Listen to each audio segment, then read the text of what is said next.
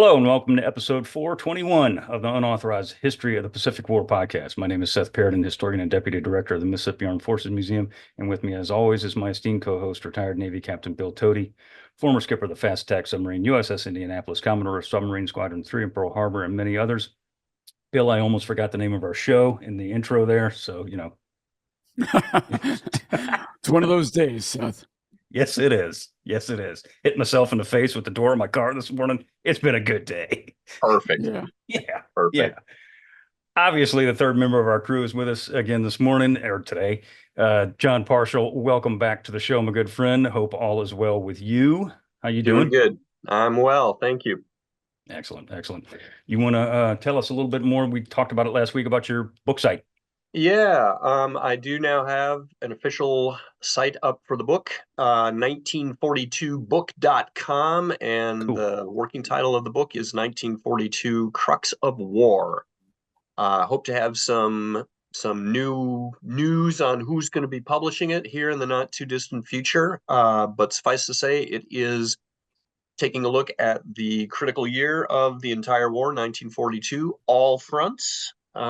So yeah, I'm sort of spreading my wings from being a Pacific War dude to being an all-war dude. And Awesome. I think if anybody's interested in, how did the Allies actually turn around their train wrecks that year and regain the initiative in the war, that's basically what I'm talking about. Awesome. Yeah. There's going to be a lot of people who are going to sign up on that email list, I guarantee you. I hope that is true. Yeah, I hope so. Yeah, No for those doubt. of you who want us to spin to the Atlantic or the European theater with the podcast, John's doing it. So go to John's site and get on his Right. newsletter list. Yeah, There you go. We're not going to do Europe, and we're damn sure not going to do Korea either. So just calm your jets, guys. Mhm. Bill, I understand you had because I know this because we were messaging back and forth during the height of it. But regardless, you had an interesting week last week. Yeah, I did, Seth. I got some messages from some viewers who asked if I was unscathed by Hurricane Milton. And unfortunately, I was scathed. Is that a word? Yeah. Yeah, I guess so. We'll make it a If word. you can be unscathed, I guess you can be scathed. But it was minor damage. It wasn't actually by the hurricane. It was by the Cocoa Beach tornado. You might have read about it, folks. That tornado went right past the house, sounded like a freight train, right over the house.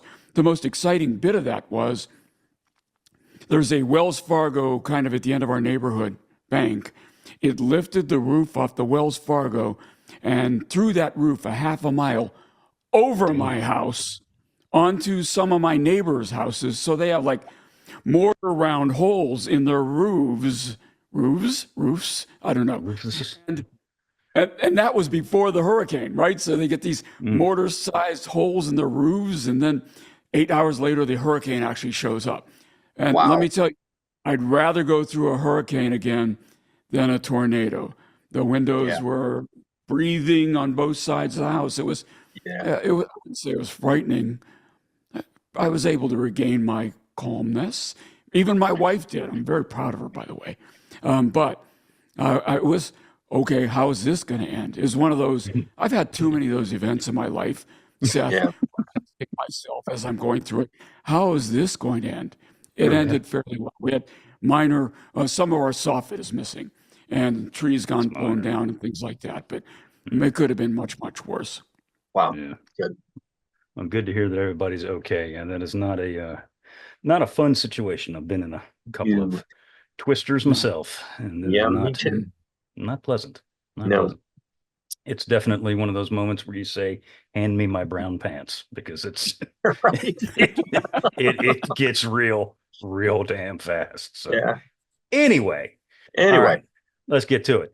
So by the end of May 1945, the Americans ashore on Okinawa had broken the formidable Japanese defenses around the Shuri Line and stood poised to push all the way to the south and eliminate the remaining Japanese resistance on the island. The terrible fighting through May saw the insertion of the 1st and 6th Marine Divisions into the line, giving some relief to the beleaguered and bloody U.S. Army divisions that had, until May the 1st, bore the brunt of the campaign's ground combat. The two Marine divisions, along with their Army brothers, had broken seemingly impenetrable Japanese defensive lines at Nishibaru Ridge, Conical Hill, Chocolate Drop, my favorite name of them all, and Yonabaru. The Marines to the Army's right had bled themselves white at Half Moon, Horseshoe, and Sugarloaf Hills, Takishi, Wana Ridge, and Wana Draw. The combat in all of those locations was, in a word, primal. Casualties on both sides had been horrendous. An estimated 62,000 Japanese military personnel had perished, with only 128, this is as of what we're talking about now, being taken prisoner, an absolutely staggering figure. Yet the Japanese were not alone in their misery. The Americans had also suffered mightily. By most counts, by the end of May, the Americans had lost more men ashore than in any other location during the entirety of the Pacific War. 1st and 6th Marine Divisions had lost 10,671 men, of which 1,718 were in graves on Okinawa. The Army, having been in the thick of the fighting longer, lost 15,373, of which 2,871 had joined their Marine brothers in Okinawan soil. All told, 26,044 Americans have become casualties thus far, just on the ground on Okinawa. American casualty figures reflected only battle casualties. The so-called non-battle casualties, more often than not, combat fatigue cases, were mind-boggling. The depravity, ferocity, and sheer violence of the fighting had taken an unprecedented toll on the minds of tens of thousands of American trigger pullers on the line. The two Marine divisions reported 6,315 non-battle cases by the end of May, with the Army reporting 7,762. The large presence of Japanese artillery was cited as the main reason for these cases, and while that is surely true, other issues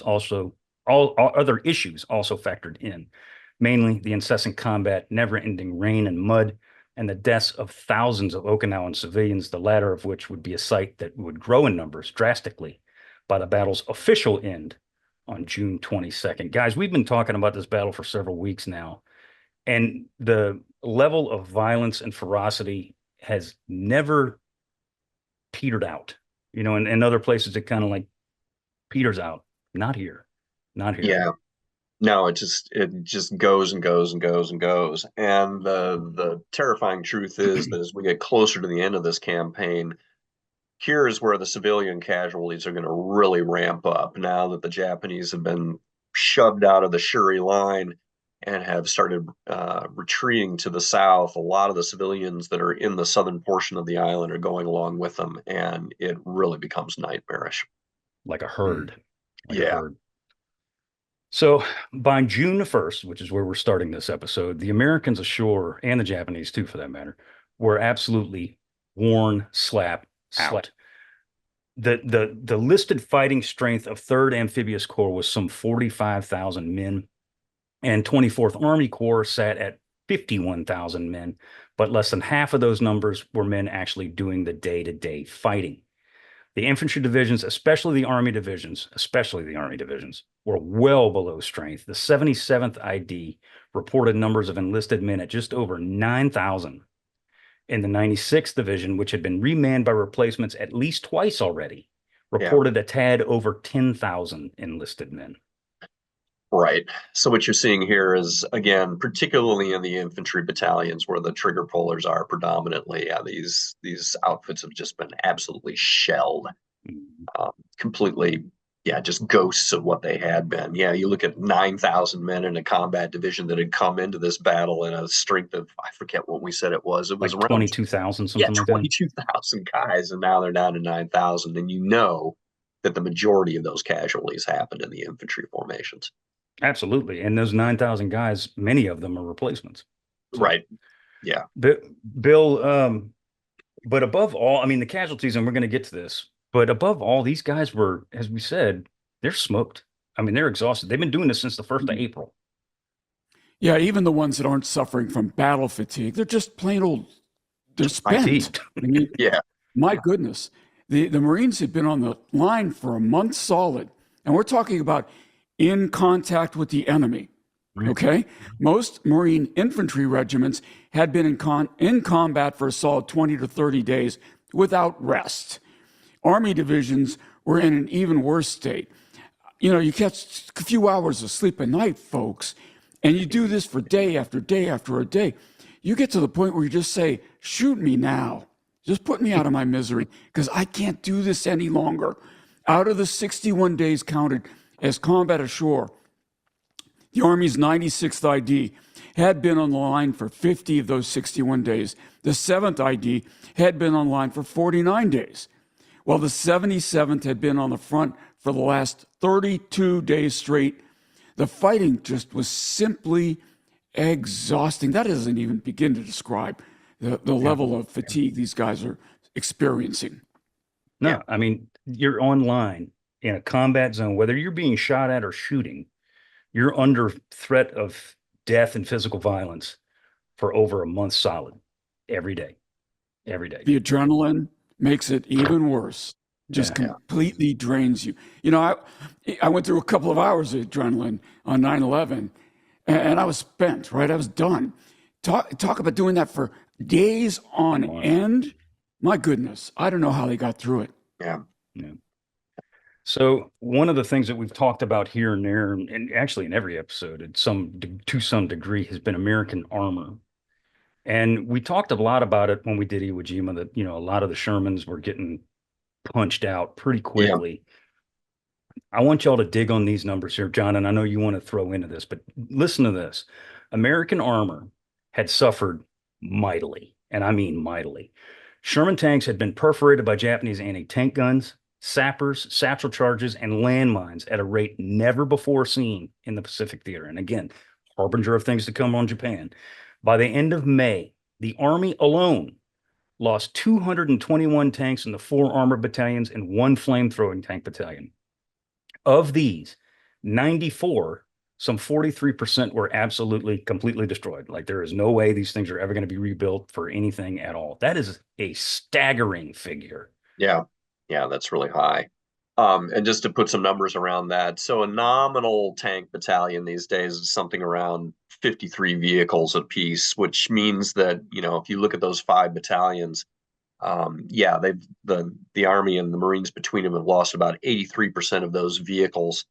Some of those may be retrievable, but 35% of them have been totally destroyed. And of course, if you've got a vehicle like that, chances are that the crew, or at least a healthy proportion of that crew, met an unhappy fate as well. So, you know, undoubtedly we're feeding, you know, resupply vehicles and new crews in here as well. But yeah, all the accounts that you read about, you know, what it was like to be a tank crew here, it was not a good time at all. Tanks remind me a lot of submarines, and that if it gets hit, more than likely somebody's gonna die. And you know, very rarely do you hear a tank, unless it gets hit in the tracks and it blows a track off or something like that. If it gets penetrated, that hull gets penetrated, usually 1 or more people, if not the whole damn crew, is going to die. Yeah. It's like a submarine. Everybody's going to die. Go ahead. Yeah. The Sherman, I mean, by this time we were doing more things, that they had moved the ammo down lower in the tank. They were using wet storage. A lot of these tanks had appliques put on as well, on the side armor and also the front. But yeah, even with that, you're absolutely right that if you take a round that penetrates into the tank, usually somebody ends up dead as a result of that. Absolutely. So, Japanese mines, which is something we haven't really talked a lot about, had destroyed 64 of the vehicles, while AT fire had destroyed 111. These are just the Army tanks. We're not even talking about the Corps. Yeah. Mechanical issues such as thrown tracks accounted for 38 losses. Of these, 25 were subsequently destroyed while they sat immobilized. So if they threw a track and they're in the middle of the field of fire, goodbye. Yep. Goodbye. Movement kill then quickly leads on to a final kill. Right. They're smoked. Bill, at this point in the campaign, every American unit online is under strength. Yeah, they were. In addition to being worn out, right? The ranks of the line units had been replaced and replaced again throughout the campaign this far. To fill the thin ranks, an absolutely terrible way of inserting fresh bodies into the meat grinder became standard practice. right? Worst practice becomes standard practice, Right. both for the Marine Corps and the Army. Raw recruits, many of them just graduating from boot camp with no actual combat training. Usually after boot camp, you go through some kind of advanced infantry training or something like that. We didn't have time to do that stuff. These guys were being shipped out and thrown straight into line units, often while the unit was in contact with the enemy on the front line itself. I mean, this is, they don't show this stuff very often correctly in movies, right? So it's really worse than movie portrayals represent it. So you had such a shortage of frontline infantry units, guys who had been drafted or guys who signed up to join the Navy, despite all the huge losses at Guadalcanal and things like that. They said, yeah, I know you were going to go to the Navy, guys. Sorry, you're going to be in the Army, and we're sending you to Okinawa. They got, lassoed or shanghaied or whatever you want to call it. So nobody got to decide where they were going towards the end of the war. You went where you were needed, and the casualty rate from 44 to 45 was such that these raw recruits, with as little as 4 weeks of boot camp, were sent directly to the front, guys. Yeah. Yeah. Well, and okay, so all of this actually goes back to 1942. I actually write about this in my book. There was what they call the feasibility debate that happens in 1942 that talks about, even the U.S. with its enormous population pool still had to make some very hard decisions about where are we going to allocate our manpower and our woman power. Are we going to put them in the Army, the Navy, the Air Force? How much do we keep back in the civilian economy to keep that going? And what eventually ends up getting hammered out at the end of the year and really the beginning of 1943 is what they call the 90 division gamble. That whereas the Army came into this conflict saying we're going to need 225 field divisions and we're going to need, X number of million men, it's like 11 million guys or something like that. And the civilian economists came back and saying, you're crazy. We cannot have that many men in the Army. There's just no way in hell.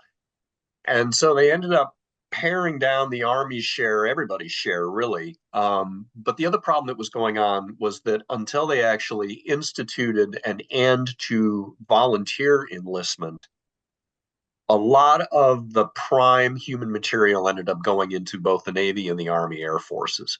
And so, unsurprisingly, a lot of the really, smarter guys were like, no, I don't want to be a ground pounder. I don't want to be an infantryman. Mm-hmm.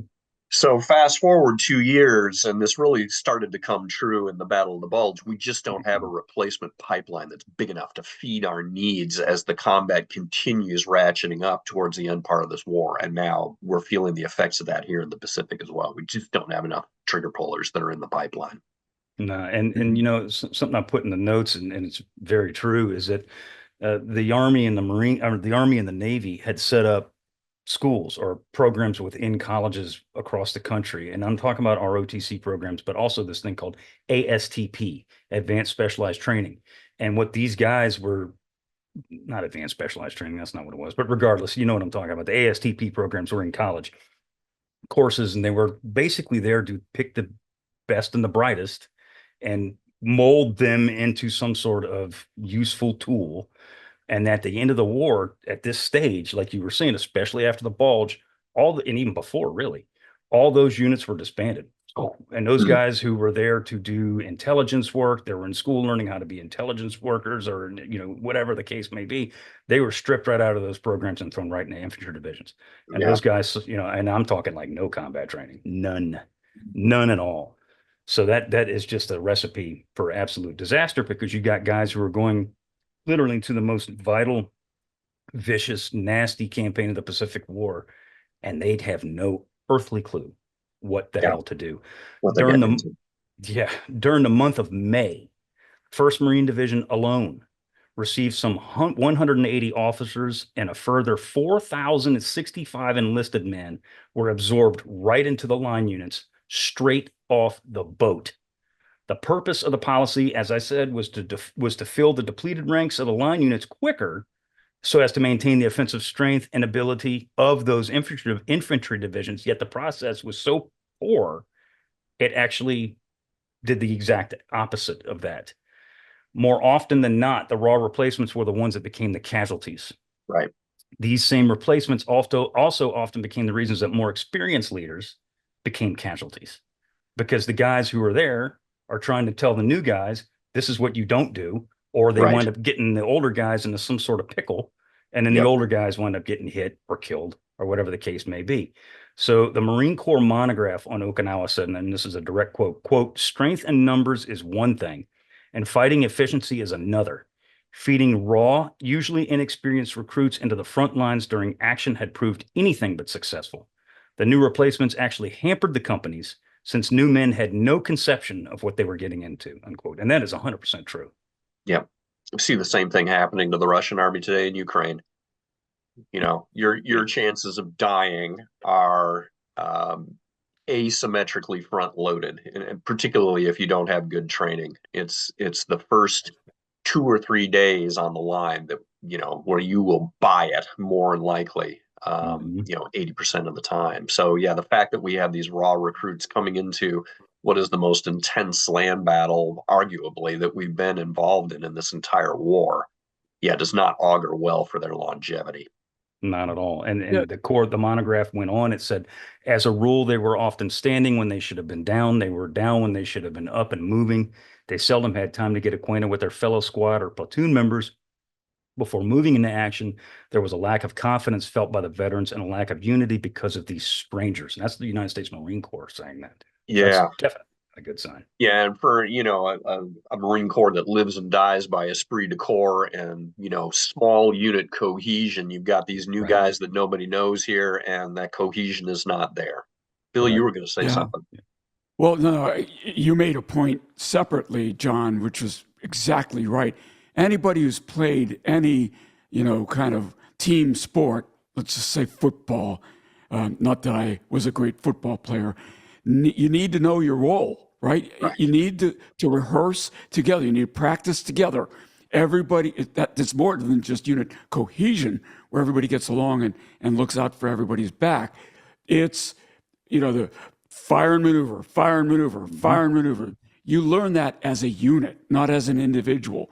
So getting thrown into these units without any time at all to learn what everybody's role is increased the danger. We're saying the same thing different ways, but increased, didn't reduce the danger. It would have been better to run understrength units, 20/20 hindsight. I get it. Yeah. Where they knew each other and could work together than do what they ended up doing. Yeah. And it wasn't an advanced specialized training program. I'm sorry. Real-time history. It was Army Specialized Training Program, ASTP. Real-time history. We specialize in that here. Indeed. So as much as we're maligning the United States military's replacement pool process, Bill, there were some exceptions to that rule, though, weren't there? Yeah, they were rare, but they existed. There's one guy by the name of Clarence Craft from San Bernardino, California. Listen to this, guys. He had been sent to the front lines of the 96th ID as a replacement on May 27th, 1945. Stagnated in front of Japanese positions at a place called Hen Hill. Crafts, that's his name. Don't get confused here. He wasn't a Craft. His name was Craft. His 382nd Infantry Regiment were under intense fire in Craft's first combat action only 3 days after arriving to his new unit. Machine gun fire, rifle fire poured into the GIs who had taken cover behind the rocks at the base of this hill. Craft and 5 others were sent ahead. Imagine, he's been here 3 days. And he's sent ahead with a group that's supposed to be a scouting group. Do they even teach scouting in boot camp? I don't know. To see what the Japanese positions looked like above them. A shower of grenades rained down on the patrol. The Craft was in front, it was in, from a deep trench at the very top of the hill that was obviously infested with Japanese. The exploding grenades wounded 3 men and killed 2 others in front of Craft as he hugged the dirt. In an instant, he stands up in full view of the GIs and the Japanese alike and starts charging up the hill. He might be too young and naive to know how dumb this is, but he stops to shoot Japanese as he made his way up the slopes. For the previous 12 days, G Company, second of the 382nd, of which Craft was a recent member, had been stalled at this very hill. Company-sized attacks had been thrown back daily. And now this one guy, a replacement with no experience, had made his way to the top of the hill alone. Craft stood at the top of this hill by himself, skylined for everybody to see, shooting Japanese on the reverse slope of the hill. He began waving at his comrades below. "Hey, guys, don't you think you ought to be up here with me?" Urging them forward and yelling, "Bring grenades!" A human chain of grenades reached the replacement, who promptly began chucking them down on top of the Japanese, lobbing them down. Advancing alone down the reverse slope, Craft only paused to reload his M1. Seth, this is incredible. A guy this young and new. Yeah, and he ain't done. So he's carrying a satchel charge on his back. He stops outside of, and this is the most amazing part of it here. He stops outside of a cave that he had seen several Japanese run into. He lights the satchel charge, tosses it inside the cave. It fails to explode. Then the dude gets up and goes in the freaking cave, grabs the damn satchel charge, relights it, and throws it in again. The explosion, obviously, this time it goes off, seals the cave shut. His G Company swarms over the hill after the explosion.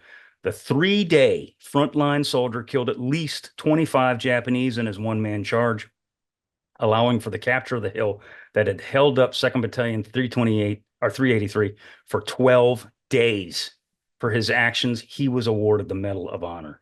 And to your point, Bill, you said this earlier. I think it's because he's young and completely inexperienced that this is just sheer bravery. I mean, this is just sheer balls that does this. He doesn't know that he shouldn't be doing any of this. Yeah, he's definitely the I was reading over these in the notes, is like, this is the exception that proves the rule, I guess, because 99% of your raw recruits aren't going to be able to do this, but this guy in this set of circumstances, okay, whatever, baby, just get out of his way. There's stuff going on here that you can't teach. No, he just knows how to do this stuff. Completely instinctual. So after his heroics on May 30th, the Japanese defenses in this, and it's not all because of him, but this is a big part of it, in this area, and the entirety of the line, for the most part, begin to crumble. 1st Marine Division enters Shuri Castle that we talked about last week. And on June the 1st, the 7th Infantry and the 96th were again poised to move south on the eastern side of the island, while the 1st Mardiv and the 6th maintained their positions to the west. Yeah, it's interesting. You read the accounts about the capture of Shuri Castle, and it's really almost anticlimactic. I mean, been beating your head against this wall for, the last month plus. And then when it finally folds up, I mean, 1st Mardiv just basically walks to the top of the hill, and I guess it's ours now. It's very strange. It is. There's a famous picture, and there's a little bit of footage too of the 6th Marine Division later on Oroku. We'll talk about that. It's kind of a similar kind of a thing when they just kind of peters out and everything goes on.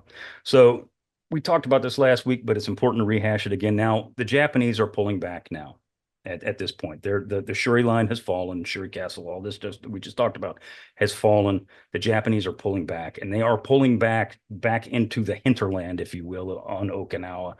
John, this is Yahara's plan to get people back, and that's exactly what he's doing here at this point. They're retreating to another defensive line. That's right. I mean, there's a second section of hills right down by the southern coast where the land slopes up again and offers some fairly decent defensive terrain. And so that's where Yahara is trying to take the remnants of this army back to. The deal is, though, that the fortifications here are not nearly as extensive as they had been up around the Shuri Line. And so, and not only that, but the quality of the formations that are going to be in this neck of the woods are not nearly as good either. I mean, if you look at the order of battle of 32nd Army, it really was the 62nd Division that was the heart and soul of that outfit. And once that organization has been destroyed, the quality of the formations here in this rear area are not as good. That said, even if they're not as good, if they're still willing to, fight to the last person, which they are for the most part, we still got a lot of really bloody combat ahead of us. Yeah, yeah, and Buckner feels that he has a chance to trap the Japanese, so he does institute a pursuit, which, for lack of a better term, it's exactly what it is. But they do start running into the rear guard that the Japanese leave behind, which is, the numbers are, as you say, squishy, but it's, several thousand guys that Yeah. Gaara leaves behind to do this very thing, to hold up the Americans so they don't capture what's left of the 32nd Army and keep them in a ring.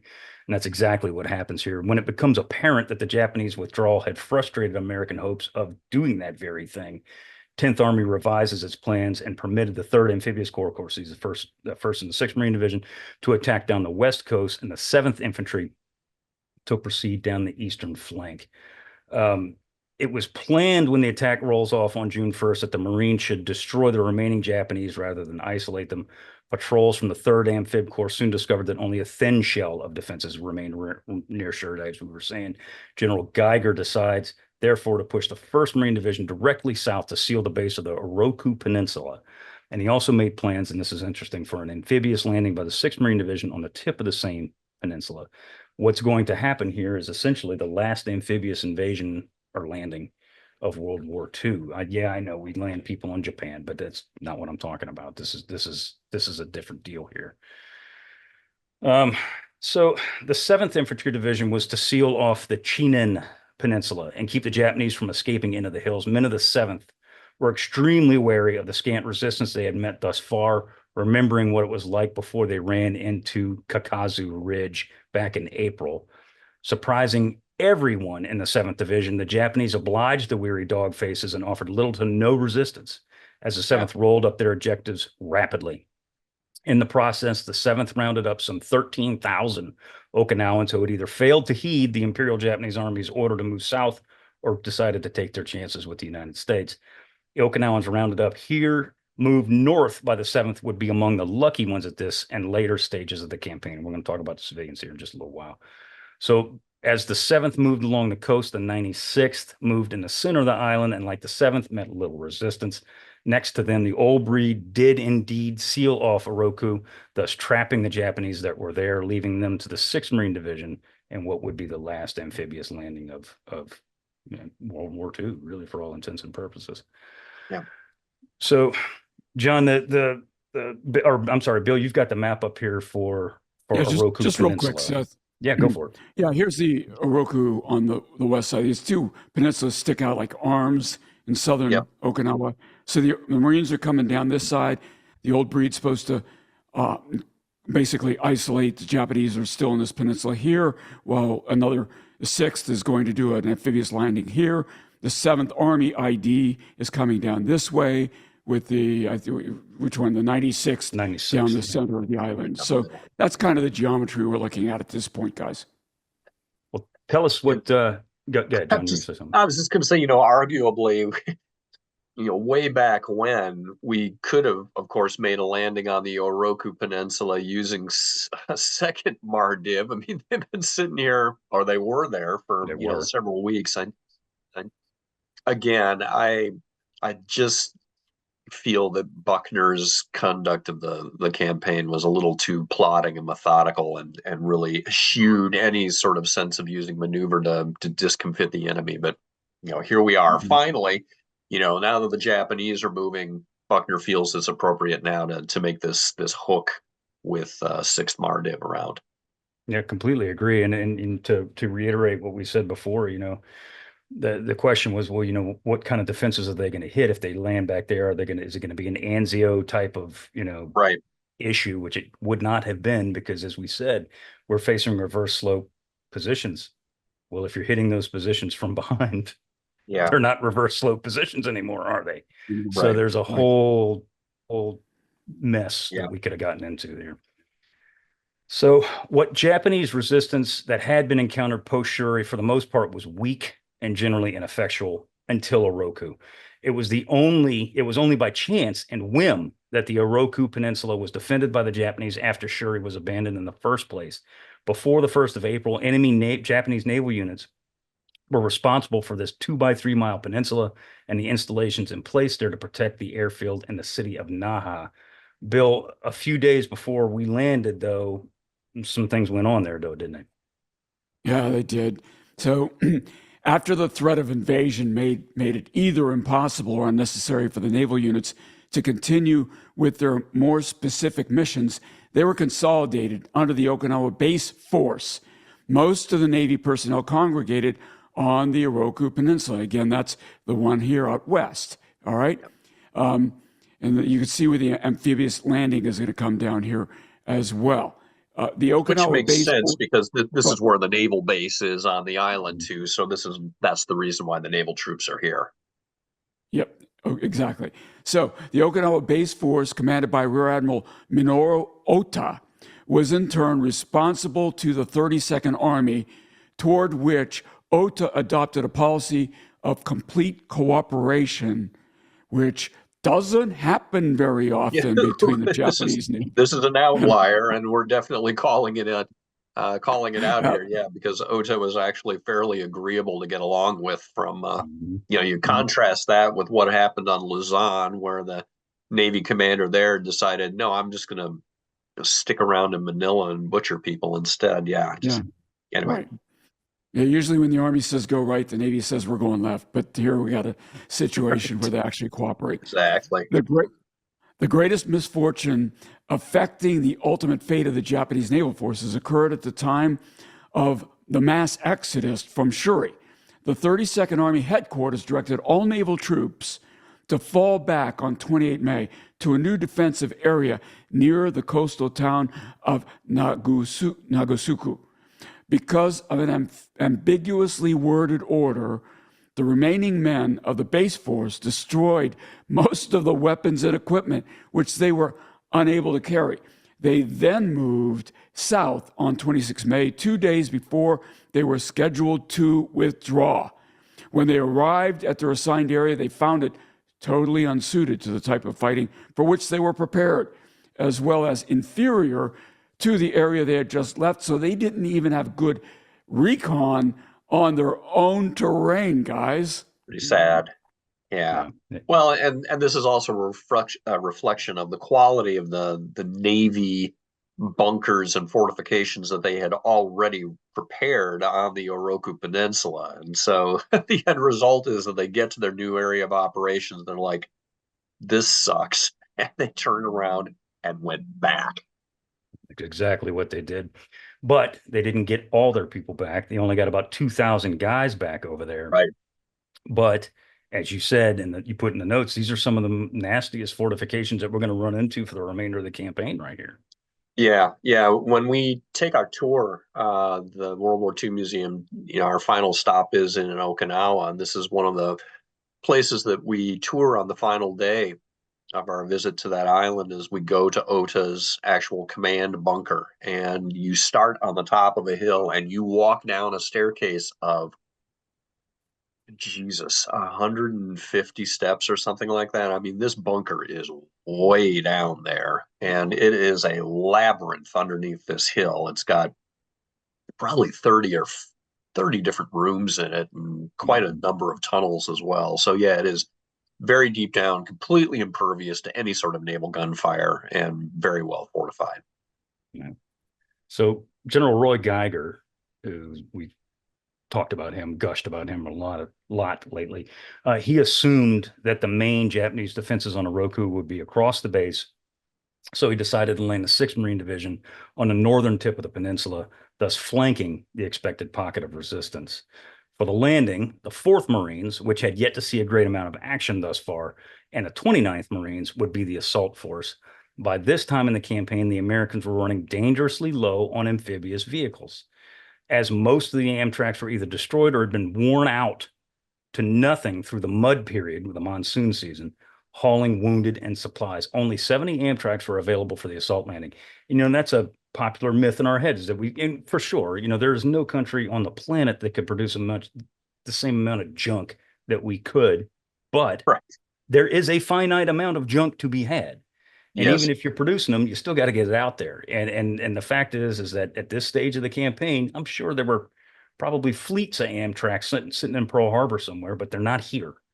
So your offensive actions are limited by the amount of material which you have, and you don't have a whole hell of a lot of it. Bill, you got the map up. Yeah. Yeah, right here. Yeah, so that's where they're supposed to land and then get in here. Actually, they do land there, right? But the problem is the number of what could you compare this to? The tracks, Well, we had I'm more just tracks doing than they had napkin cycling. math. Yeah, just doing napkin math in my head, and 70 Amtraks. That says to me that you can put down about a battalion, Right. which is not a very beefy force. Mhm. Of course, you're going to go back and grab a Sure. second wave as well, but yeah, But that's going to take time, though. yeah, for sure. Yeah, it's going to be a long, exhausting process. Fortunately for the Marines, the landing does go off without a hitch. And within 2 days, they had captured Naha Airfield, which was the last great big airfield to be captured. However, by June 7th, the Marines ran into the outer positions of Ota's troops, and the advance again slowed to a crawl. Supported by tanks from the 6th Tank Battalion, the Marines' advance got even slower when they ran into the largest cluster of landmines on the entire island. So there's going to be more of these Shermans that are going to get taken out by these landmines. Due to mines, Japanese AT fire, and satchel charges, the Marines lost more than 30 tanks in the Oroku fighting. For 5 days, the 4th and 29th Marines burned the Japanese out of every nook and cranny on the Oroku Peninsula. And by June 10th, the Marines had pushed what remained of the Japanese naval forces into one small corridor of resistance on the northeastern corner of the peninsula. 30 tanks, when you've already lost a hell of a lot of tanks, you're whittling your force down to virtually nothing at this point. Sure. So on June the 11th, sensing that the end was near, Admiral Ota sent General Ushijima a final message, and he and his men hunkered down for the final showdown. Quote, enemy tank groups now attacking our cave headquarters. The naval base force is dying gloriously at this moment. We are grateful for your past kindness and pray for the success of the Army, unquote. Which, Following again, more, just go ahead. coming out of the lips of a Navy officer, we are praying for the success of the Army. My God. Yeah, you don't hear a lot of that. No, you do not. There aren't too many Roy Geigers in the Japanese Navy. That's for sure. Anyway. So the following morning, no surprise here, the Marines broke through the last layer of Japanese defenses and entered those headquarters that you were talking about, John. So extensive were the underground tunnels that it took the Marines 2 days to find Ota's body in the center of the complex. Yeah, I definitely can attest that this is the kind of place that you could get lost in. And yes, one of the central chambers that we go through still has the pock marks in the wall for where Ota used grenades to kill himself and some of his staff officers as well. So, yikes. So, yeah, that's up close and personal. So it's here, guys, on Oroku that for the first time, yes, we captured prisoners before, but not to this degree. It's here that larger numbers, and I'm saying large numbers for the Pacific Theater, I'm not talking 10,000 guys surrendering like, in Europe or whatever, start to come out with their hands up. They're starting to now give up. And it's really fascinating that it's A, taking this long, and B, that it's happening here. John, do you want to dish on this?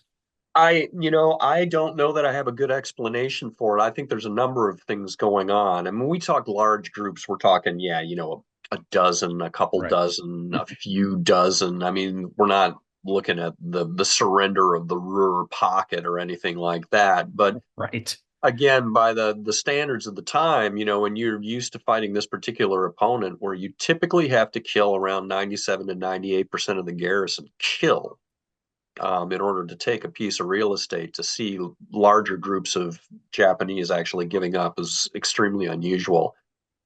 I think that there's a mixture of things going on. I do think that the Japanese military by this stage in the war is starting to have some morale problems, that they can see the writing on the wall and they understand what they're up against in terms of the final trajectory of this war. I don't think is really in doubt.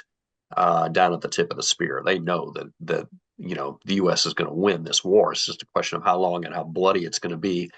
The other factor is I don't know how many of these troops are Okinawan conscripts, but just because of the ethnic differences there and also the lack of training that the very recent conscripts have gotten, I think their morale just sort of intrinsically is not going to be as good as you would say your standard average long service Japanese line trooper would be.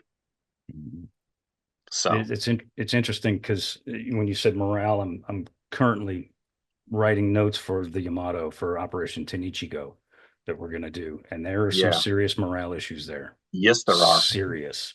Yeah, absolutely. Fascinating. I know that we're going to talk about the book by Yoshida, Requiem for Battleship Yamato, and he really it's one of the most brilliant pieces of literature that comes out of the war. It's real War and Peace, or All Quiet on the Western Front kind of material. And it's a beautiful book. Anyway, there are a lot of the Japanese who are not at the level of high command that are sitting in the enlisted billets who are like, this is crazy. We're on the receiving end of firepower that you people back in Tokyo can't even imagine. And what are you thinking? So, I mean, for all that this is a horrible military and they do horrible things to people, they are still human beings and they are subject to the same sort of pressures under combat as any other normal human beings. And, it sucks to be under American firepower for 80 days at a time. So, it does indeed. It does indeed. Go ahead. I was just going to go and say one last thing about Admiral Ota. There's, of course, this sort of fracture line between the mainland Japanese and how they view the Okinawans as a people. Yet there had been all of this talk. They really sort of look at the Okinawans in kind of the same way that we look at the Japanese Americans that were on Hawaii. That they could be a threat to us. They might be working for the enemy. There could be a fifth column there. And that's kind of how the Japanese view the Okinawans. One of the things that Oda does as his command is falling apart is that he sends a final message back to high command back in Japan and says, ever since our Army and Navy occupied Okinawa, and the fact that he uses the word occupied is fairly interesting in and of itself, the inhabitants of the prefecture have been forced into military service and hard labor while sacrificing everything they own, as well as the lives of their loved ones. They have served with loyalty. Now we are nearing the end of the battle, but they will go unrecognized, unrewarded.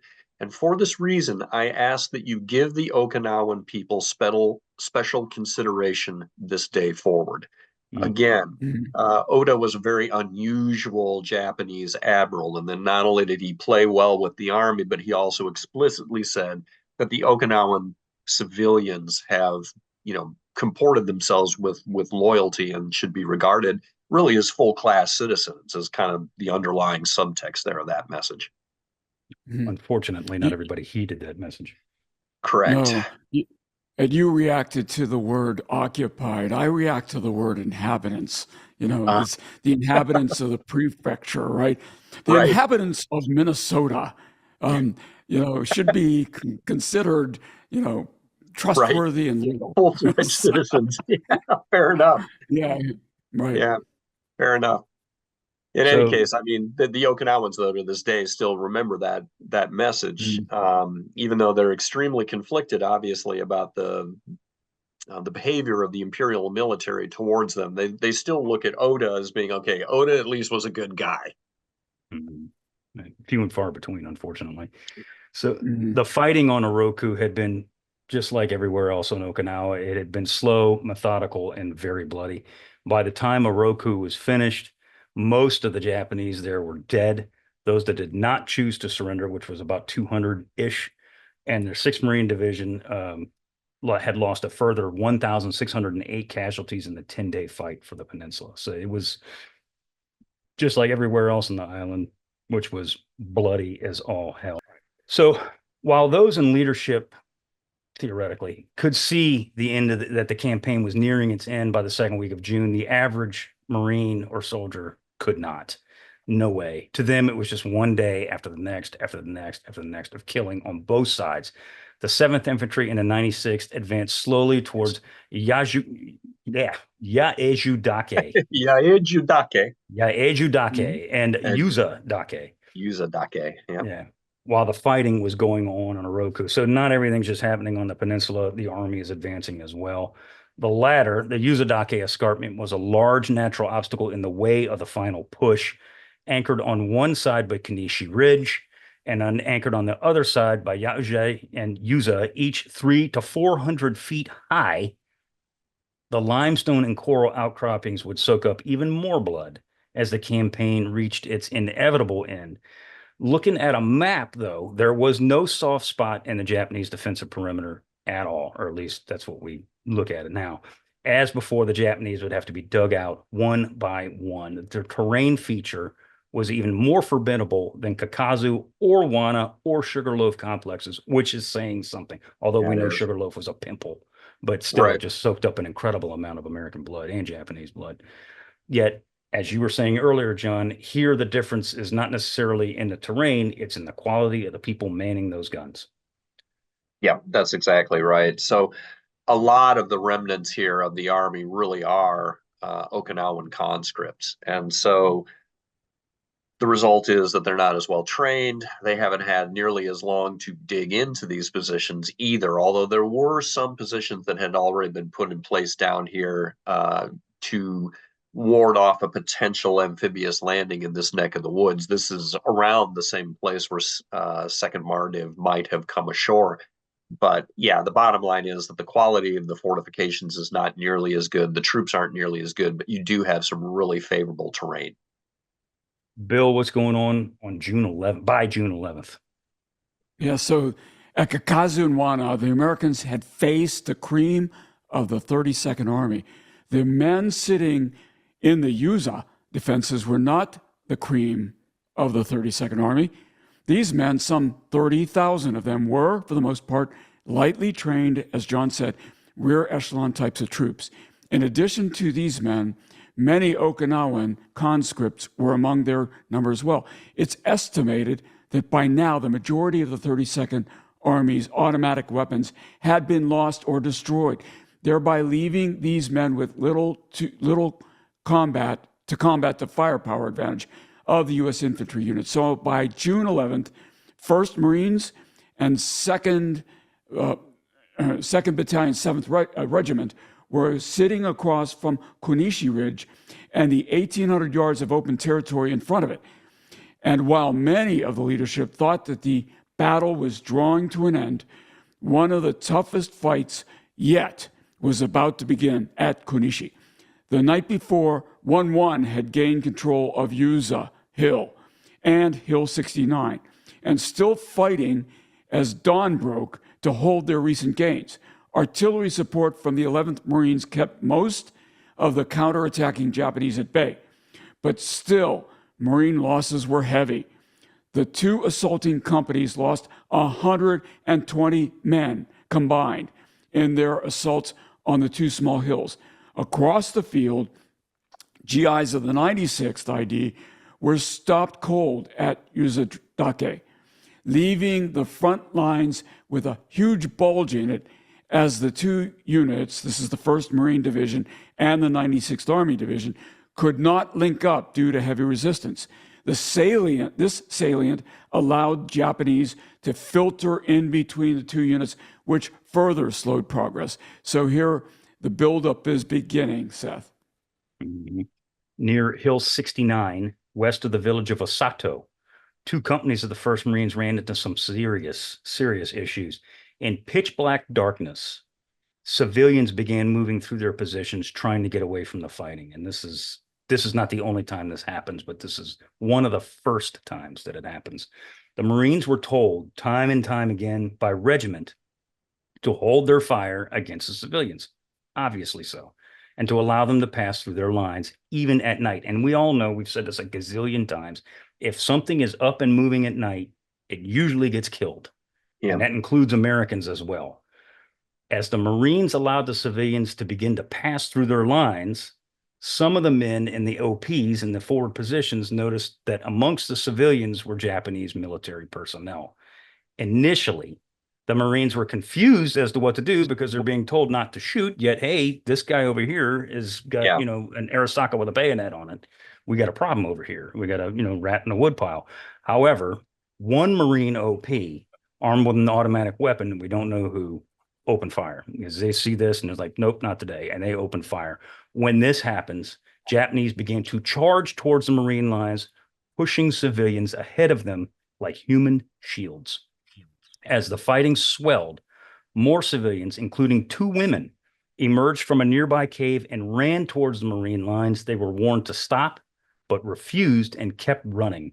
Both of them were shot dead by Marines who later found that the women had explosives tied around their waists.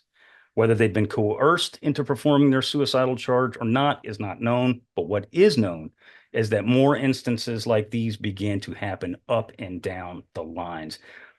The Japanese have nowhere else to go. We've pushed them literally to the edge of, damn near the edge of the island. And now this is when we really start to see the ugly head of the IJA being forced upon these Okinawans, because this is an instance that happens a lot up and down the lines. Yep. Well, and fast forward here too to what happens if we invade Japan. I mean, now we've got this nightmare scenario where you have civilians that are intermingled with the Japanese military, and in some cases the civilians are armed or being used as human shields or as human bombs. And now,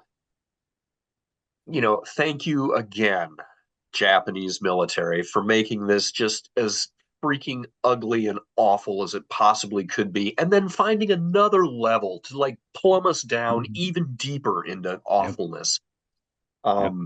Just what a horrible military these guys were. Anyway, you can't say enough bad things about them. No, and we alluded to it in the opening, but the effect that it has on American servicemen, and it did happen to the Army, but for whatever reason, it happened more. Human shields happened more on Marine lines than it did Army lines. I don't know why, but it did. It's a documented fact that for whatever reason, they used the human shield technique against the Marines more so than they did the dog faces. And the psychological effect of killing women and children, and like in open combat, you are mowing these people down. It's indescribable. I mean, I knew a lot of guys that were broken by that 60, 70, 80 years after the fact. Right. Absolutely terrible.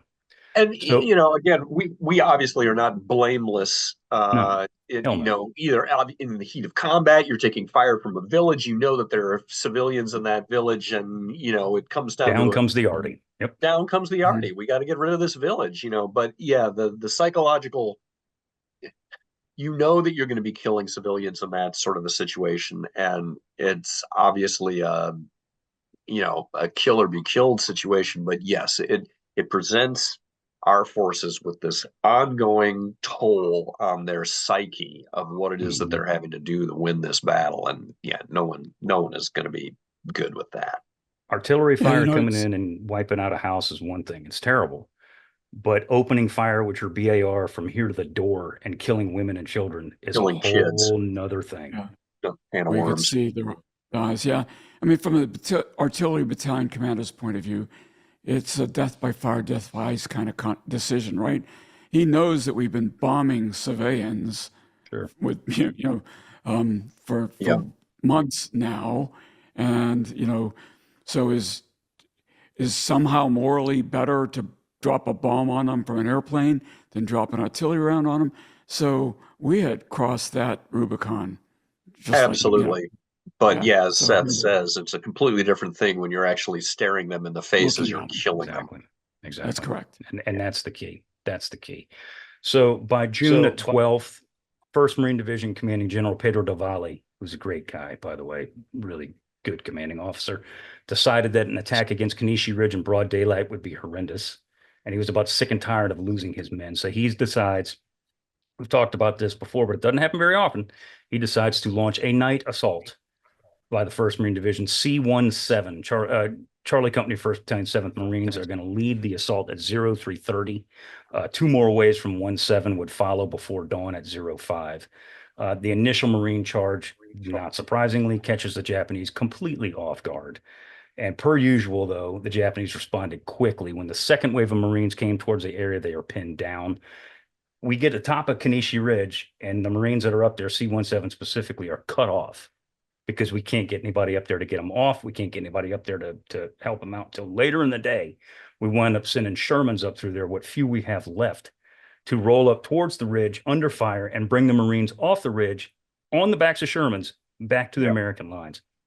So now convinced that Kunishi could not be captured by the 7th Marines alone, Del Valle orders the 1st Marines to simultaneously attack the ridge while the 5th Marines, currently in the rear, were brought up online.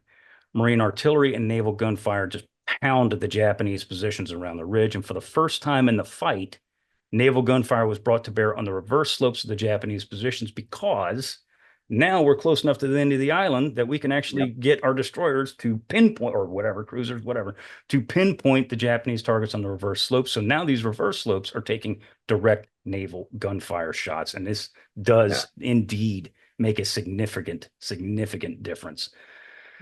So my old friend R.V. Bergen, who was in K Company, 3rd Battalion, 5th, this is Sledge's platoon commander, platoon leader, platoon sergeant. Berge described moving up on the line. He says, quote, "It was a rifleman's fight up the slope, cave by cave, sniper by sniper. Almost as soon as we got up there, we started taking wounded. The fighting was too close in for mortar fire, so we posted at the bottom of the hill or the ridge and watched for infiltrators. When needed, we acted as stretcher bearers, which was far too often," unquote. Casualties for Bergen's and, of course, Eugene Sledge's K Company, 3rd Battalion, 5th, started stacking up in 2 days at Kunishi. The company lost 33 men, 5 of them killed in action. By the end of the fighting, K-35 would be at 20% strength. 20%. That's nuts. I mean, and that's not a unit that's been up there every single day. That's incredible. That's incredible. So, as I put in the notes, the end is near here. One of those stretcher bearers, you said Berge acted as a stretcher bearer, so did Gene Sledge. On June 18th, Sledge was at the top of Kunishi Ridge, pulling a wounded man who was by the name of PFC Leonard Vargo to safety. He paused with the other stretcher bearer to catch his breath, and he looked south, and for the first time, he could see the end of the island. He later wrote, quote, "I felt a sense of wild exhilaration. Beyond the smoke of our artillery lay the end of the island and the end of the agony," unquote. And that's exactly what it has been from day one.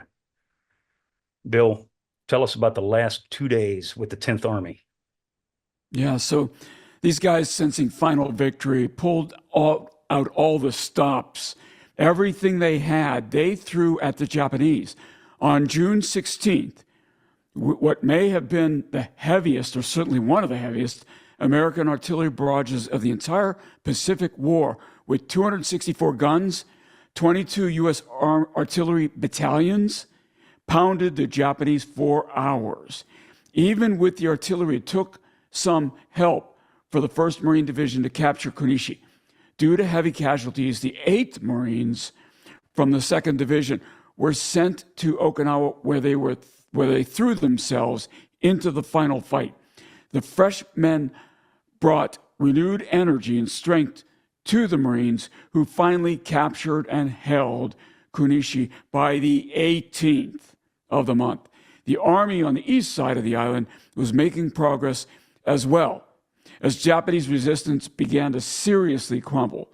The 7th and 96th Divisions seized Yaiju Dake on the 14th, and Yuza Dake fell 2 days later.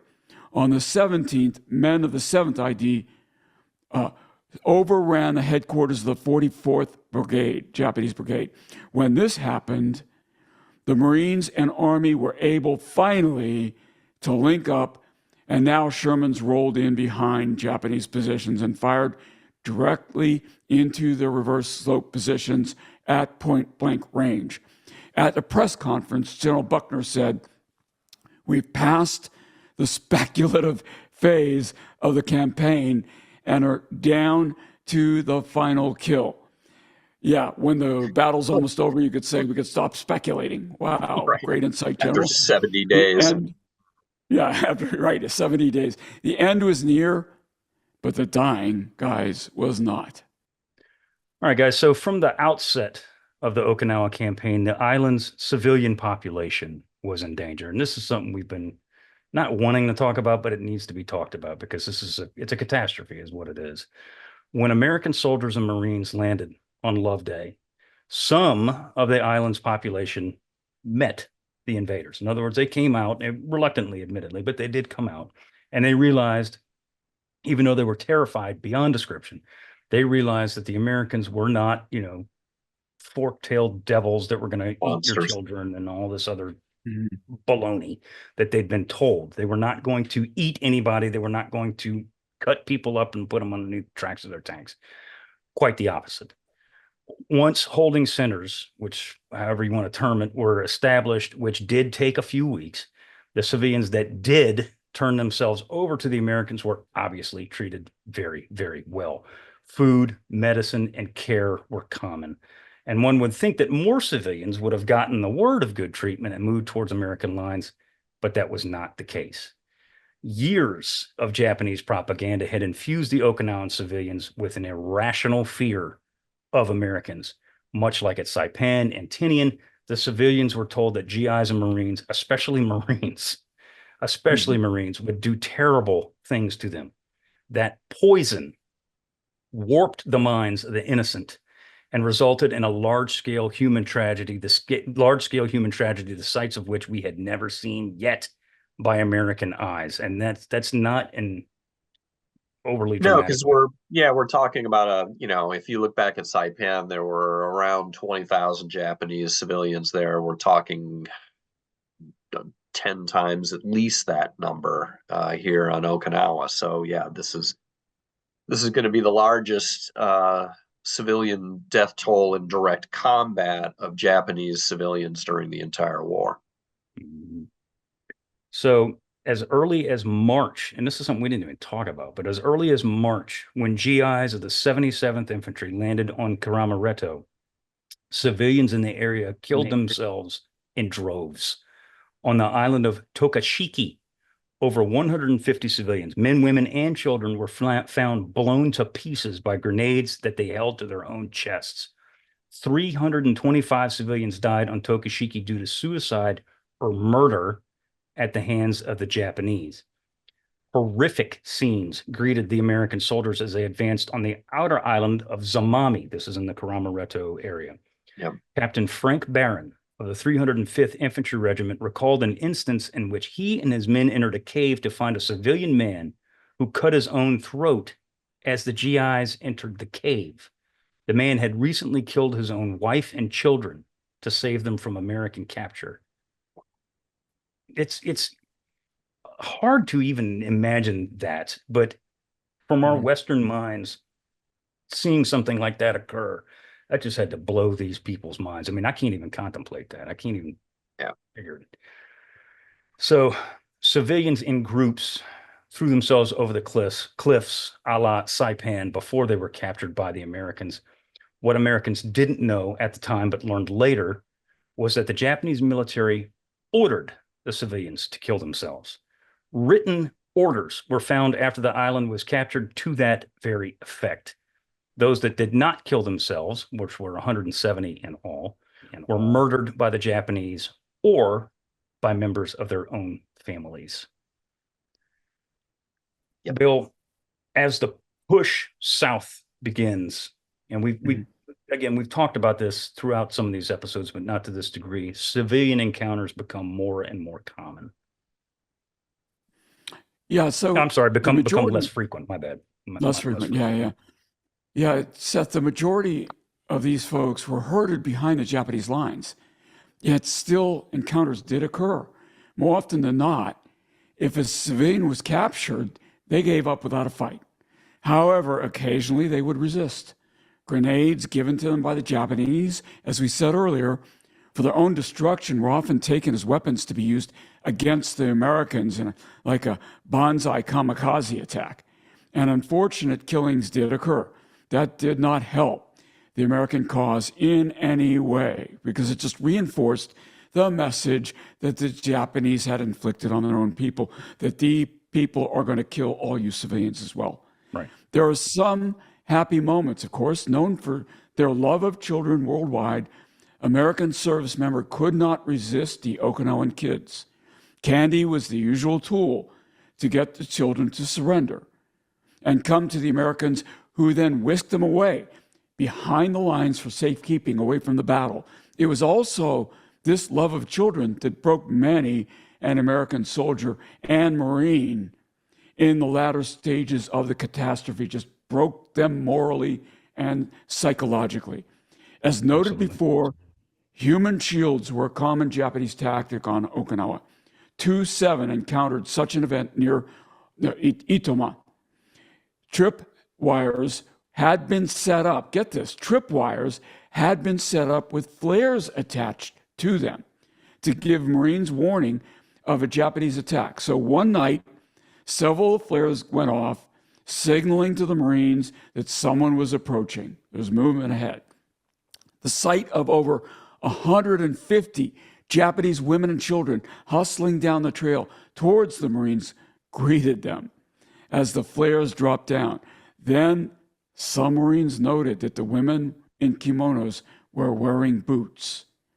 Hesitating for obvious reasons, the Marine officer did not give the order to open fire, trying to allow the civilians he could recognize the opportunity to move toward their lines, because obviously these women in kimonos wearing boots weren't really women. However, it became apparent that there was no choice. The order was given, and the Marines had to open fire, killing the real women, children, and the Japanese military personnel who were impersonating women and trying to get past them. The next morning, the bodies of the women and children were mixed with the dead Japanese soldiers. In this instance, 150 civilians were killed, and 6 Marines were taken off the line for battle fatigue from being part of this. Mm-hmm. It wouldn't end there, guys. No. Absolutely horrendous. So one of the most enduring stories and tragedies of the whole Okinawan campaign is that of the student nurses of the so-called Lily Corps. And there were other ones too, but this is the one we're going to talk about. Yeah, we talked about them earlier. Yeah, basically all 22 of the primary schools here in Japan have been mobilized, boys and girls.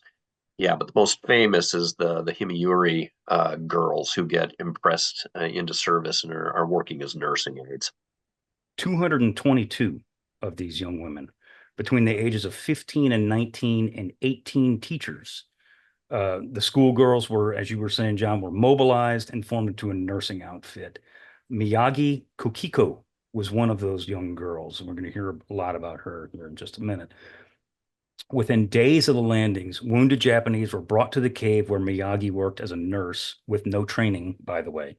She had no earthly clue what the hell she was doing. She recalled, quote, "They petrified us all. Some didn't have faces. Some didn't have limbs. Young men in their 20s screaming like babies. Thousands of them. We were so naive and unrealistic, we thought we would be in the rear and raise the Red Cross flag and then wrap men with bandages.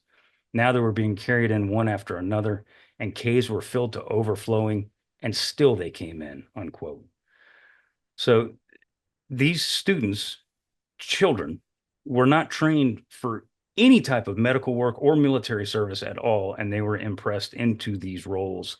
And they were basically doing menial work in these caves. They are carrying out the excrement. They are being called upon to hold men down as limbs are being amputated. They're feeding the men. They're trying to bathe them. But yeah, it's the doctors and the nurses that are doing the real medical care, but the students are doing all the grunt work, the icky, bloody, pussy grunt work. The nasty, nasty, nasty stuff.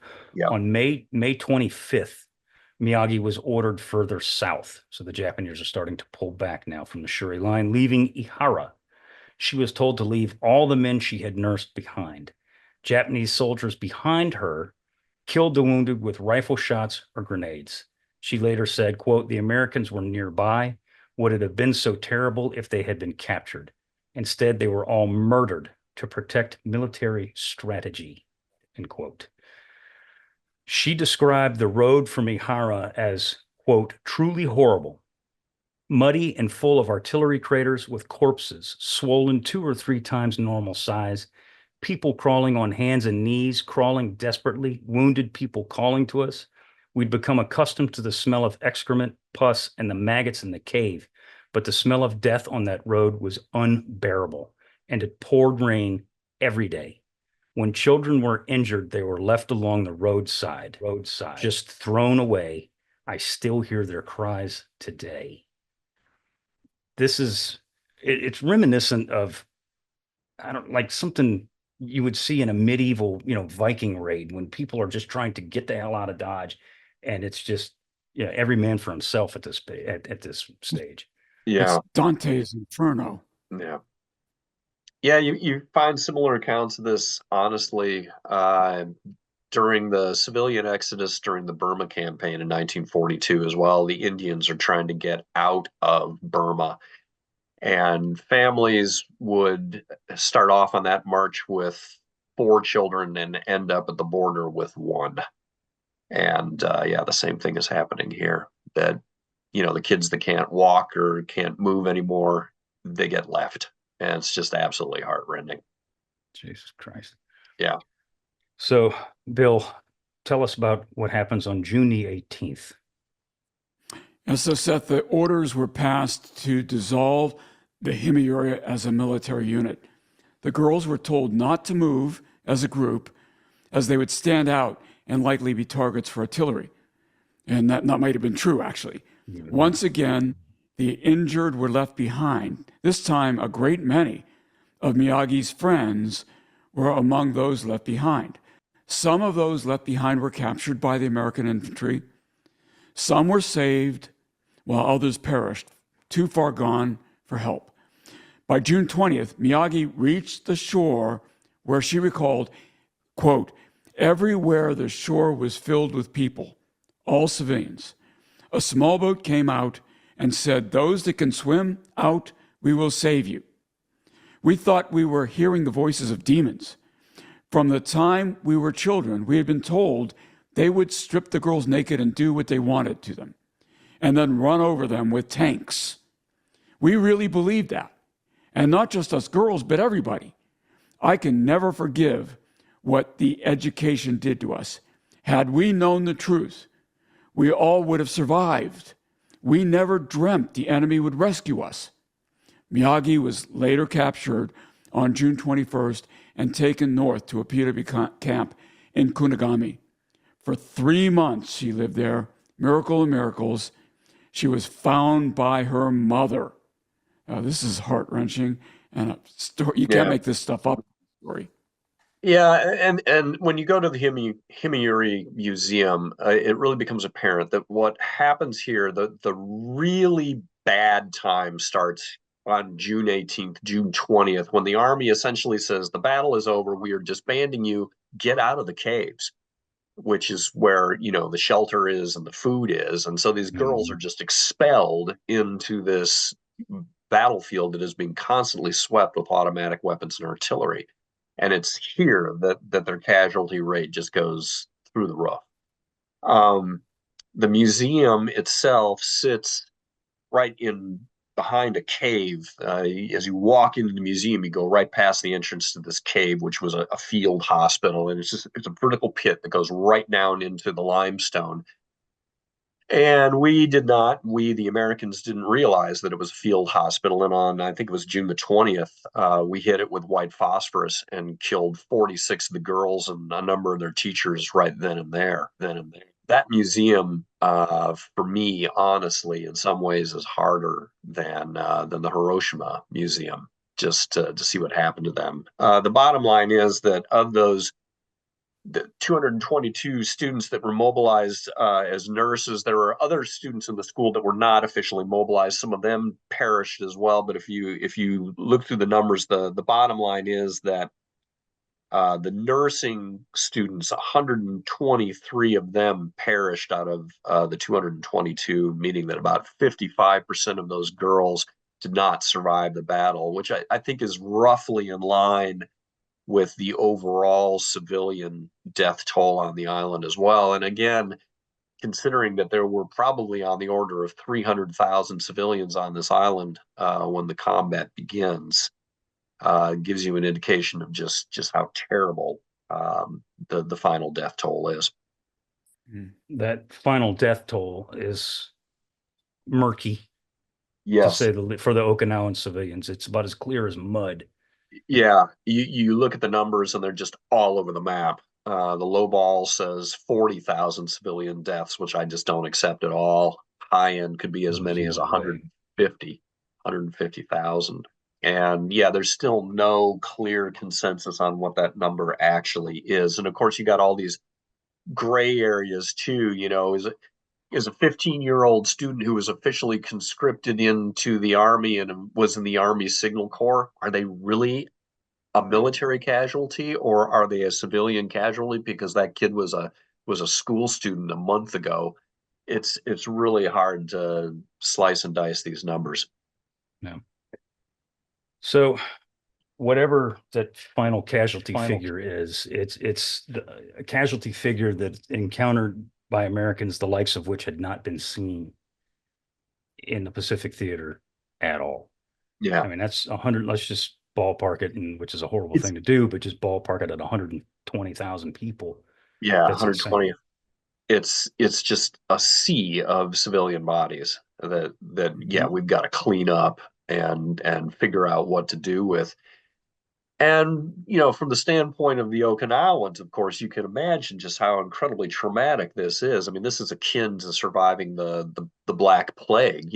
Half of the people that you knew in your entire life are gone, just poof, disappeared. You probably saw some of them perish. The rest of them have just, disappeared into this maelstrom. So it's extremely traumatic. There's an exhibit on the Peace Museum at the end of Okinawa where you actually go into a replica of a Japanese cave and there's a group of civilians in there. There's a mother with her baby in her arms, putting a hand over the mouth of the baby to prevent that baby from making noise and giving them away to the Americans, which you can hear outside the cave. And behind her is this Japanese soldier, rifle in hand, looking at her. And the aura is very much one of menace. If you don't shut your kid up, I'll take care of your kid with my bayonet. So you can understand why the Okinawans come out of this battle extremely traumatized and extremely bitter towards the Japanese military. I mean, as Miyagi-san said in her account, and you see this throughout the other accounts of the Himiyori students as well. If we had just been given good information, we could have made good decisions, and a lot of my classmates would still be alive. And that's the most frustrating part, is that none of those people had to die. I mean, yes, there are going to be civilians that are going to be killed in warfare. Deaths. It happens all the time, but not to that degree. Right. Not to that degree. And you can blame it really on one military, and it does not wave the stars and stripes. That is correct. And the Okinawans say as much themselves, which again makes the people up at the Yushukan Museum in Tokyo makes them crazy. But the Okinawans are very clear that the Japanese military should have protected the Okinawan people, and instead they abused and killed them. Absolute human catastrophe. Yep. But it ain't over. So around lunchtime on June 18th, we're going back a couple days now, General Simon Bolivar Buckner Jr. decided to pay the front line a visit, which he was wont to do. He often did that very thing. He toured the front lines to learn what he could of the current situation. He had received some serious flack, and we talked about this last week, from Admiral Richmond Kelly Turner and Nimitz for his slow plodding down Okinawa's southern tip. And we've gone into this ad nauseum. Yet he never wavered in his determination or belief that his men would seal the deal, which they obviously were going to at some point. On this day specifically, he, like his men, could sense victory, and he wanted to go see it happen for himself. Despite repeated urgings from his staff, Buckner decided to make the trek to Kunishi Ridge to see the field of battle for himself, accompanied by Marine Corps Colonel Clarence Wallace of the newly arrived 8th Marines. Buckner and his entourage moved along the front. And I do mean entourage. If you've ever seen a general and his entourage, it ain't just two dudes. Yeah. It's a load of folks. A load of folks. Yeah. It's a load of folks. Yeah. Around 13:15, watching as an attack unfolded, Buckner's group was taken under fire from Japanese artillery. The shells burst in rapid succession close in, hitting several large boulders and hunks of coral. The explosions sent shrapnel, and as you put in the notes, and coral for sure. It was coral all the way. I mean, was that what killed him? Was it coral? That's what killed him, man. Yeah, and there's debates as to what kind of artillery. I honestly think it was a 47 that took him under fire. And yeah, I've been to the site where he was killed. I've been there twice, and the accounts I've read is that this gun hit a chunk of coral and just blew coral shrapnel into his chest, and he bled out within minutes. Yeah.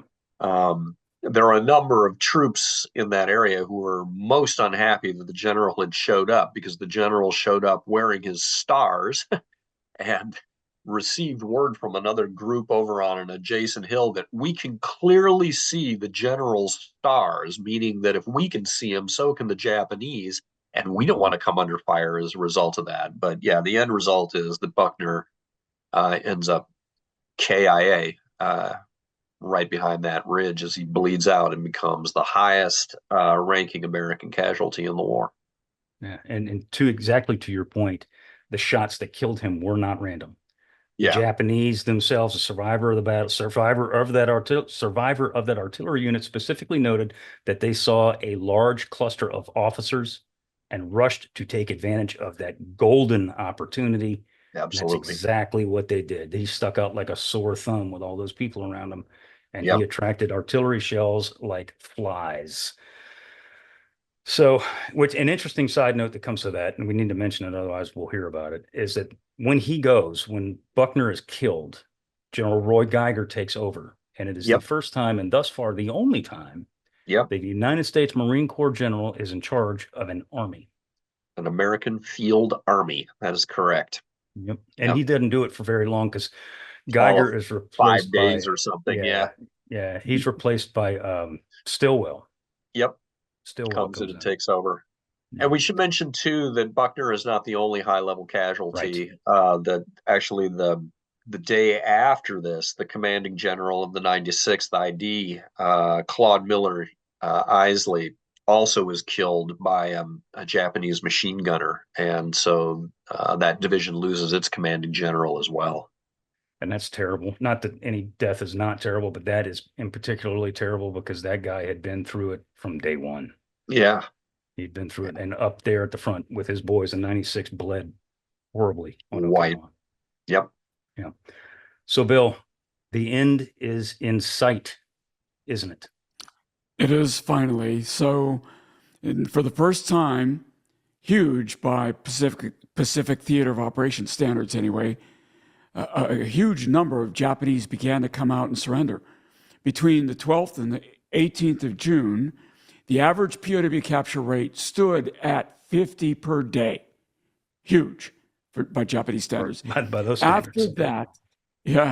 After that, the rate climbed to 343 on June 19th, even huger. And then an astonishing 977 on June 20th.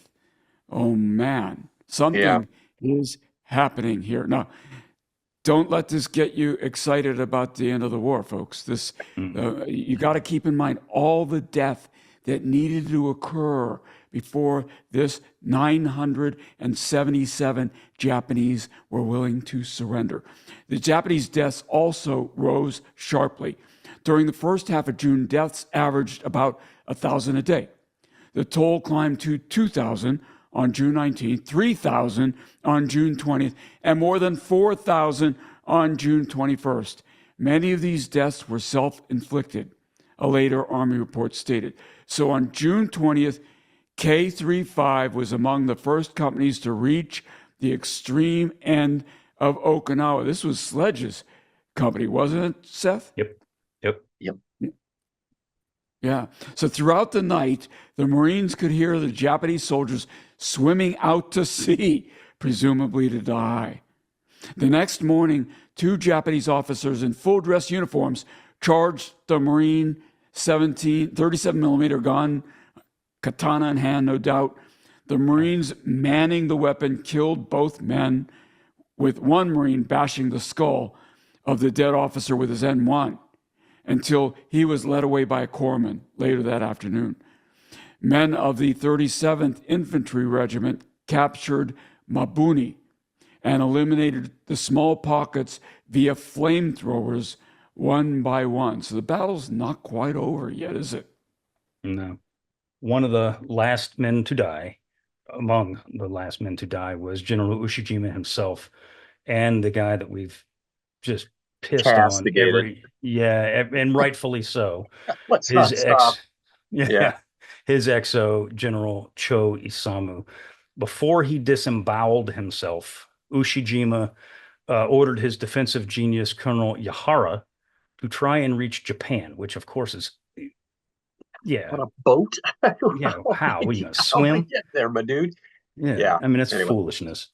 On the evening of the 21st, Cho and Ushijima enjoyed a good meal, drank scotch and sake, and then killed themselves around 0400. Cho's final words were written, supposedly, quote, "I depart without regret, shame, or obligations," unquote. I beg to differ, my man. The GIs of the 7th Infantry were a mere 100 feet away, and for all intents and purposes, Okinawa on ground was over. I think Cho definitely should have had some shame or obligations. Regret. In my opinion. Yeah, exactly. Yeah, and those final hills are actually, you can see them from the Peace Museum that is on the southern shore on Okinawa there, where Ushijima and Cho killed themselves and then were buried very close by the Americans right after that. The best thing Cho could have done for this battle from the Japanese standpoint was kill himself a month earlier. Yeah. As soon as he started joking with Yahara, should I commit seppuku now? Yeah, the answer is yes. Yeah. Yahara, meanwhile, manages to evade capture for a little while, and then is captured by the Americans. They don't know who he is. He's in a camp for 3 weeks before they finally figure out, wait a minute, this guy speaks pretty good English, and apparently some of the other prisoners in the camp sort of pointed him out as that guy there. So then, boss man. Yeah, so they capture him and interrogate him, and he later on writes a book on the Japanese side of the battle, which we cited previously. Yeah, despite the fact that the 2 commanding officers are dead now, more than 8,975 Japanese troops and Okinawan conscripts were killed between the 21st of June and the 30th. A further 2,902 are taken prisoner in that same period. U.S. casualties sat at 783 for that same period. Over 107,000 Japanese military personnel are killed on ashore on Okinawa. More than 10,000. Well, you're saying you got different numbers? I got 10,000. You say 74? Yeah, I saw another one that was like 7,400 or so. Okay, all right. American losses are taken prisoner, by the way. 7,400 are taken prisoner. American losses sit at 12,520 killed in action, and then a further 36,631 wounded. And in terms of KIA, that's double Iwo Jima, and that's 12 Tarawas. And it's within spitting distance of the bulge in some ways too. Certainly in terms of casualties per acre of ground captured. I mean, this is a much bloodier campaign than any of the fighting that happened over in the bulge, which is on a much larger battlefield. But yeah, Okinawa was horrific. So it's these numbers and these figures, and I would dare say to a lesser extent, but still importantly, the psychological figures, the Absolutely. psychological cases that start factoring into what we wind up doing next, which of Yep. course is the Mm-hmm. bomb, and there's no question. Yeah. I think that it's really difficult for us at 80 years removed to put our heads into, the decision makers that are looking forward to how are we going to actually terminate this war with Japan. And remember that, as we're making deliberations around the use of atomic weapons against the Japanese mainland, we've just gone through this horrific fight that isn't over until almost July of 45. And yeah, holy crap, we have just wrecked an American field army. We've never seen the magnitude of battle fatigue casualties that have come out of this thing. And okay, this was over a clot of earth that had 300,000 Japanese civilians in it. What the hell is it going to be like if we go into southern Kyushu? And I forget how many million Japanese are in Kyushu as a whole. I think it was around 11 million. And even if you look at the combat zone, which would have been the southern half of that island, 3 or 4 or 5 million Japanese civilians that are going to be intermingled with the combat forces there. And understand, too, that as this battle is winding down, the very intelligence estimates about what we're going to be facing in southern Kyushu, there's all sorts of warning bells going off at this time because we've become aware of the fact that the Japanese have pumped massive numbers of troops into southern Kyushu to thwart the very invasion that we are in the midst of preparing. All of the tea leaves just augur for an absolute bloodbath that makes Okinawa look like romper room time. We're easily going to kill 2 or 3 million Japanese civilians just in the course of combat operations. It's horrific. That's exactly right. So remember, the Japanese were moving divisions from Korea and China back to Japan to prepare for this battle. Although it's really tricky at this point because with the onset of the aerial mining campaign, they're less able to get those troops out from the Kwantung Army and into Japan than you would think. And a lot of those divisions really were newly raised and are having to be armed with domestic arms manufacture. But your point is correct. There's a lot more troops in southern Kyushu than we had been banking on, Yeah. And I was going to say that if viewers and listeners have any people, any friends or relatives that have any doubt as to what went into the decision on dropping the atomic bombs, ask them to listen or watch this episode, just this one episode, right? They don't have to watch all 190 of them or 140. I think it's closer to the real number that we've done so far. But this one episode, because as Jon has said, it's going to get way worse. Way worse. It's going to get way worse. Yeah. And there was actual discussion as to whether or not we could actually prevail. We were going to, real chance, we were going to snatch defeat from the jaws of victory if we invaded Japan. But we had to do something. Yeah. And so, millions of dead versus, estimates. 100,000 in Okinawa, 35,000 in, Hiroshima, and 35,000 in Nagasaki. Yeah, I know we'll be talking about this later. We will. So the calculus wasn't that complex, folks. It just wasn't. Right. But again, we as Americans living 80 years after those facts, we don't tend to think about just what an impact the Okinawa campaign had on the mindset of the senior American leadership as they're contemplating what it's going to be like going into a combat zone, which has 10 times as many Japanese civilians in it as we already encountered in Okinawa, which was just unbelievably god-awful. Yeah. And you talked about, we talked about earlier in this episode, the manpower, I don't want to say shortages, because the war in Europe is over now. The war in Europe is over, and but the other thing, and this is something that Rich Frank and I have talked about, and he's really driven home to me, is yes, we have large numbers of American combat formations in Europe that Sure. are being brought over to the Pacific. But the problem is that a lot of the long-term service personnel They're were going home. going home on the basis Yep. of points, which means that your combat efficiency in a lot of those units Mhm. was severely degraded because you're losing your senior NCOs and your better junior officers are going home. So now you're going to have to retrain a lot of those units and get them ready for this next invasion. And you can imagine, of course, that a lot of those guys who are being put on boats to come over from Europe are not exactly enthralled at the notion of having to now, oh, great, we get to do the amphibious landing against the Japanese mainland. Super duper. Yeah, and that's what I was getting at, is that we were talking about, the casualty replacement pool, Right. and how that was atrocious the way they did that. Well, that's exactly what's going to happen here. So, Right. people said the 101st Airborne was going to jump on Tokyo or wherever. Yeah, they were. But it wasn't going to be the same guys that were holding Bastogne, homie. It's going to be dudes Yeah, who just now got their jump wings. that's So, right. and it's not going to be McAuliffe who's leading that unit. It's going to be a completely different set. Yeah, they're going to wear the Screaming Eagle. That ain't going to mean squat, because it's Yeah, not the same cats. It's much right. like we talked about with the First Marine Division at the beginning of the series, is that these are not the same. Yeah, it's the same division in name. It's not Yes. the same guys who landed on Peleliu. It's not the same unit. It's just not.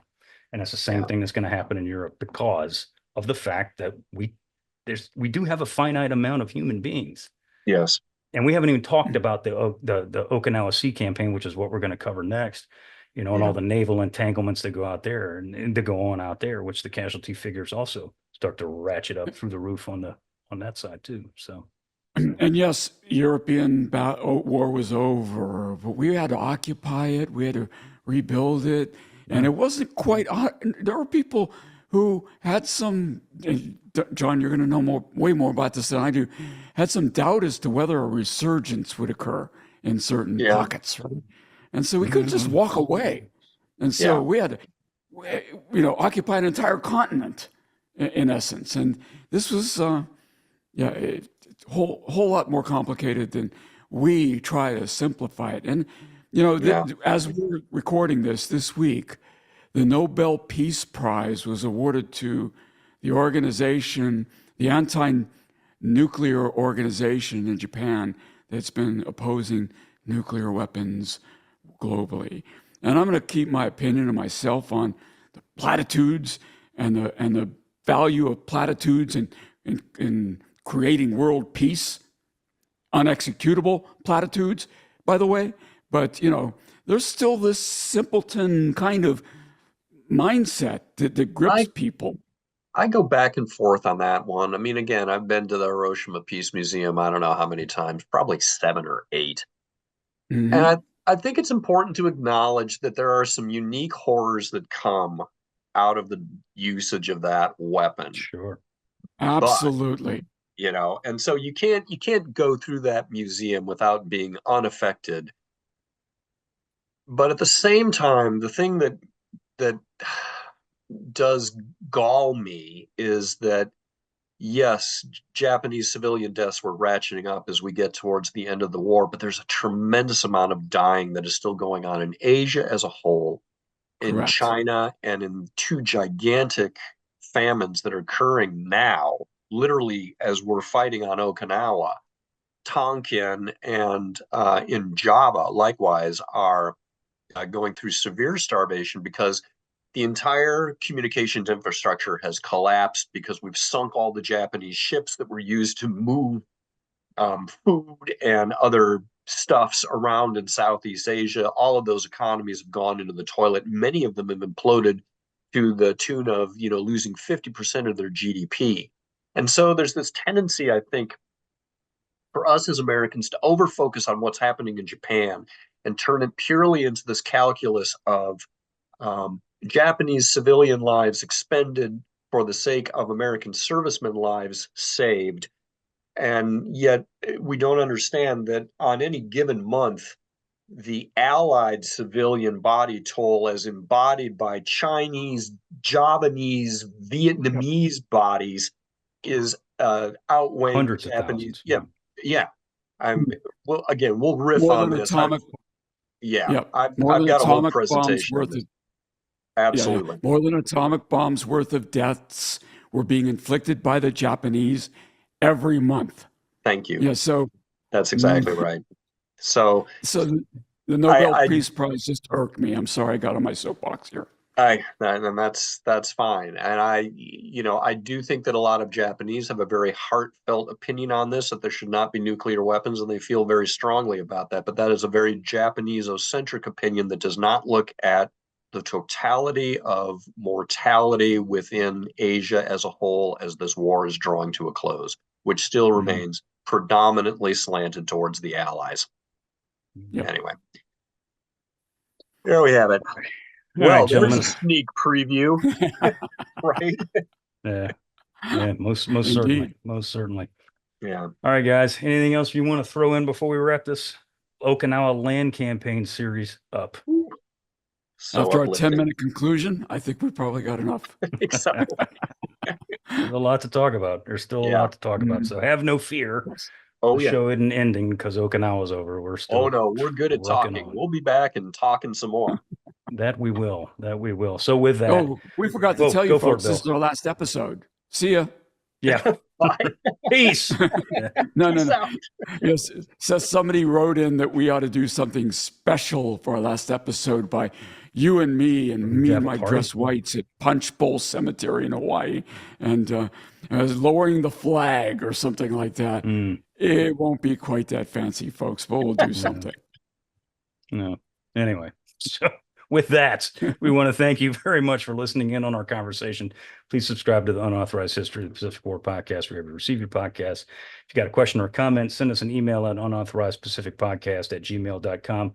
Look at John's website, which I'm going to put right here, 1942book.com, and sign up for the email alerts for that very book when it does come out. We're looking forward to it, my friend. And we will all be in line to get our copy of that one. So once again, I want to say thank you very much for listening and or watching. My name is Seth Paradin. John, as always, my friend, thank you for being here, and we will see you again next week. Really appreciate it. Yep. Bill, bring us home. John, the viewers love you, so we're glad you're here. And much success with your book. And we'll see you all again next week.